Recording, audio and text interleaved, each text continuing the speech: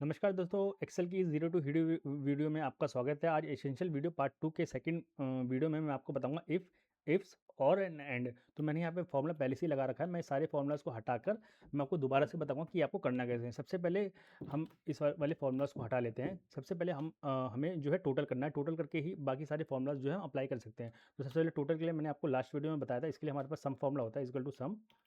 Then ये आपको चारों रो सेलेक्ट कर लेना है, देन एंटर। ये आपके आपका सम आ गया। ठीक है, परसेंटेज का फॉर्मूला जैसे आप सभी को पता है, हमें करना है इक्वल टू जी वाले कॉलम को देन डिवाइड बाय हमारे पास टोटल कितने सब्जेक्ट है, 4 है, हिंदी इंग्लिश मैथ साइंस। तो 4 का हो गया 400, क्योंकि जो हमें नंबर जो मिलते हैं वो 400 में मतलब हंड्रेड्स में से मिलते हैं। तो हमारे पास 4 सब्जेक्ट है, तो इसलिए इंटू 400, तो ये 400 हो गया। देन इंटू में 100, यानी जो भी हमारा रिजल्ट आएगा उसको हम 100 से 100 में मल्टीप्लाई कर देंगे, तो हमारा आ गया ये 75%। यानी जो अजय का है, जो टोटल जो है 75% टोटल उसके मार्क्स आए हैं। ठीक है, अब आते हैं फाइनल रिजल्ट कि भाई 75 आए हैं, तो ये पास है या फेल है। तो इसके लिए हम आपको बताने जा रहा हूँ सबसे पहला फॉर्मूला इफ़। तो इफ़ कंडीशन से हम बताएंगे कि ये पर्सन पास है कि नहीं। तो हमने यहाँ पे पासिंग मार्क्स जो है 40% लिया है, तो उसके हिसाब से हम यहाँ पे फॉर्मूला लगाएंगे। फॉर्मूला लगाने के लिए आपको करना है equal to then if bracket open, आप टैब दबाएंगे तो आपका ब्रैकेट ओपन हो जाएगा। देन आपको लेना है H2 सेल। ठीक है, उसके बाद आपको लगाना है logic by greater than equal to 40। आपको ऐसे मतलब बता रहा है कि ये ग्रेटर देन इक्वल टू का साइन है। उसके बाद इफ़ वैल्यू ट्रू, अगर वैल्यू ट्रू होती है तो आपको क्या करना है, अगर भाई ट्रू है तो PASS पास, अदरवाइज FAIL फेल। ठीक है, यहाँ पे फिर हमने करके हमने एंटर कर दिया। ठीक है, अब आपको सीधा यहाँ से आप सीधा आपको यहाँ पे कॉपी पेस्ट कर दीजिए। यहाँ पे 1% जो है फेल है। ठीक है, अब तो ये हो गया हमारा इफ फंक्शन। अब हम आपको दिखाते हैं इफ्स फंक्शन। इफ्स फंक्शन ये बहुत ज़्यादा ज़रूरी है। आपके स्कूल में आपको ग्रेड मिलते होंगे ABCD, तो आपके नंबर के बेसिस पे मिलते होंगे। तो उसी के बेसिस पे आज हम इफ्स कंडीशन लगाएंगे। इसके लिए आपको करना है equal to IFS if bracket open logical test 1। हमें देखना है भाई जो 75 यानी जो H2 का जो सेल है, अगर वो ग्रेटर देन इक्वल टू 80% है तो हम उसको ए ग्रेड देंगे।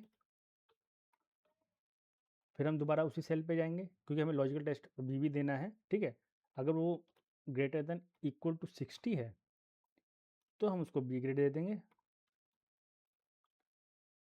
फिर हम दोबारा उसी सेल पे जाएंगे कि हमें क्योंकि और भी उसको कंडीशन देनी है। अगर ये ग्रेटर देन इक्वल टू 40 है तो हम उसको सी ग्रेड दे देंगे।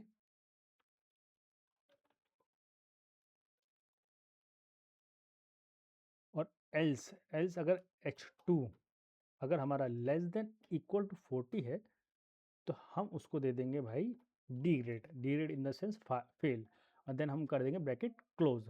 यहाँ पे हमने कर दिया ब्रैकेट क्लोज। ठीक है, और यहाँ पे हमने इसको कर दिया पेस्ट। तो हमारा एक डी है, एक ए पर ग्रेड है और एक सी ग्रेड है। ठीक है, तो ये दोनों ग्रेड हमने आपको दे दिए। अब जो रह गया हमारा और एंड, ये और एंड बहुत ही ज़्यादा इंपॉर्टेंट लॉजिकल फार्मूलाज है जो आपको पता ही होना चाहिए। इसका एक बेसिक ओवरव्यू देता हूँ कि आपका होता क्या है।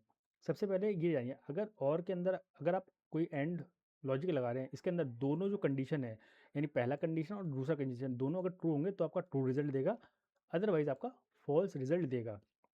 सेम हम और में देखते हैं, और में अगर आपका दोनों ट्रू है तो ट्रू रिजल्ट देगा, अगर एक भी ट्रू है तो भी ट्रू रिजल्ट देगा। लेकिन इनकेस अगर आपका दोनों ही फॉल्स रिजल्ट है तो आपको फॉल्स रिजल्ट जो है आपको ये दे देगा। ठीक है, तो हम इसमें अब फॉर्मूला लगाते हैं। ठीक है, अब हमें यहाँ पे स्टेटस देखना है। स्टेटस इन द सेंस यहाँ पे बहुत से ऐसे लोग हैं जो 10वीं पास करके साइंस लेना चाहते हैं, लेकिन साइंस लेने के लिए आपको दोनों सब्जेक्ट में पास होना होना चाहिए, जब भी आप साइंस लेंगे।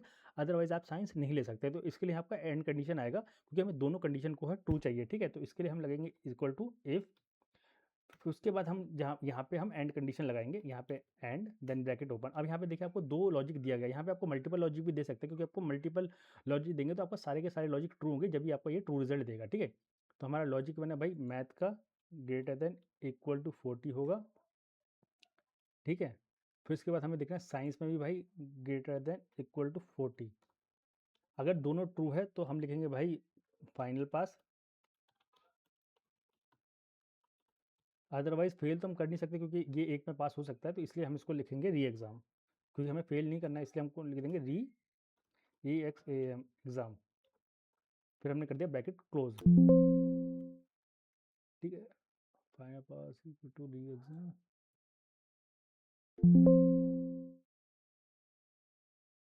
हो गया, फाइनल पास हो गया, ठीक है।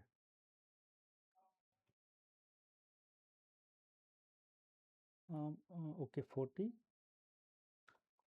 ओके ओके यस, यहाँ पे ब्रैकेट क्लोज, इसके बाद हमें देना है मैंने ब्रैकेट क्लोज नहीं किया था, इसके बाद देना अगर ये पास है तो हमें लिखना होगा कि भाई FINAL, अगर ट्रू, अगर वैल्यू ट्रू है तो फाइनल, PA पास, ठीक है।